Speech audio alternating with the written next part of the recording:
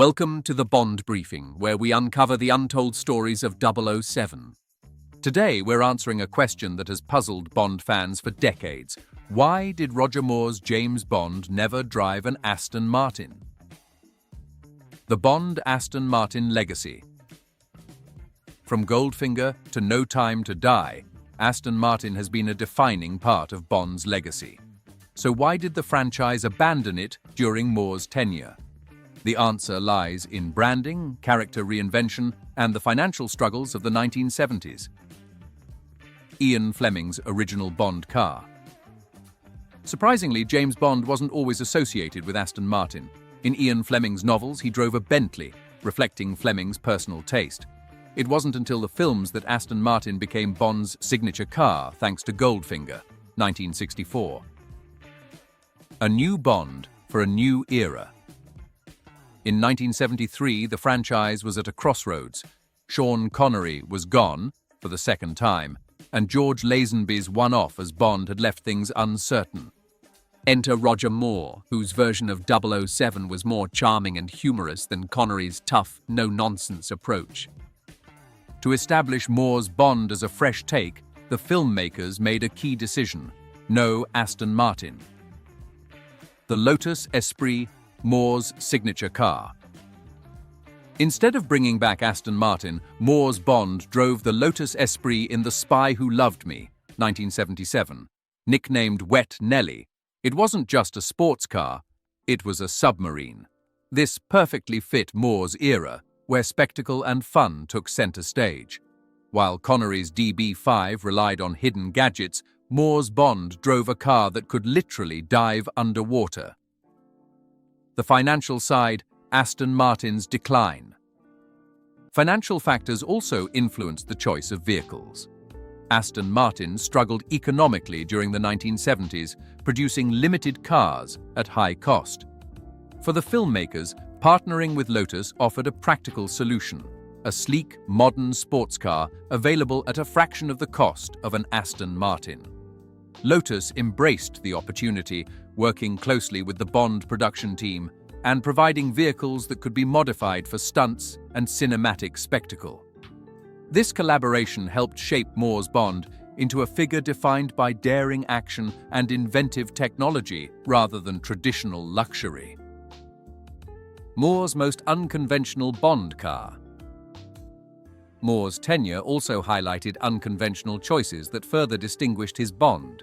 In For Your Eyes Only, 1981, he drove a Citroën 2CV, a small and unassuming economy car.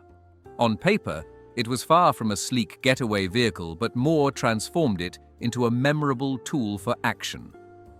The 2CV chase demonstrated that style and excitement didn't always require high-end supercars. Charm, ingenuity, and humor could achieve the same effect. This willingness to experiment with vehicles reinforced Moore's playful, entertaining, and unpredictable version of Bond. The return of Aston Martin. Aston Martin returned to the franchise with Timothy Dalton in The Living Daylights, 1987. Dalton's darker, more serious portrayal of Bond called for the V8 Vantage, reinforcing a closer alignment with Ian Fleming's original vision. Dalton's era restored the classic Bond aesthetic, where elegance, sophistication, and lethal precision were intertwined with high-end vehicles. This reintroduction demonstrated that Aston Martin remained a symbol of refined style and adventurous ingenuity within the Bond universe. Why Moore never drove an Aston Martin? Ultimately, there were three key reasons why Roger Moore never drove an Aston Martin. First, the filmmakers wanted to establish a new Bond identity. Moore's charm, humor, and approachable persona required vehicles that reflected his unique interpretation rather than repeating Connery's style. Second, financial realities influenced the decision. Aston Martin's limited production and high costs made alternatives like Lotus more practical for filmmakers. Third, the era of spectacle defined Moore's films. From the submarine Lotus Esprit to the underdog Citroën 2CV, Moore's vehicles matched the larger-than-life tone, playful stunts, and imaginative gadgets that audiences had come to expect. Bond and Aston Martin today. Since Dalton, Aston Martin has been a permanent fixture in Bond films. Pierce Brosnan's Vanquish, Daniel Craig's DB10, and the return of the DB5 in Skyfall and No Time to Die reaffirmed the car's role as the definitive Bond vehicle. But for Roger Moore's tenure, avoiding Aston Martin wasn't a mistake. It was a smart decision that helped define his take on 007. Every Bond actor leaves their mark, and their choice of car reflects that. Moore's Bond may not have driven an Aston Martin, but his Lotus Esprit and Citroën 2CV helped shape the identity of his 007. Thanks for watching the Bond Briefing. If you enjoyed this deep dive, hit like and subscribe for more Bond insights. What's your favorite Bond car? Let us know in the comments.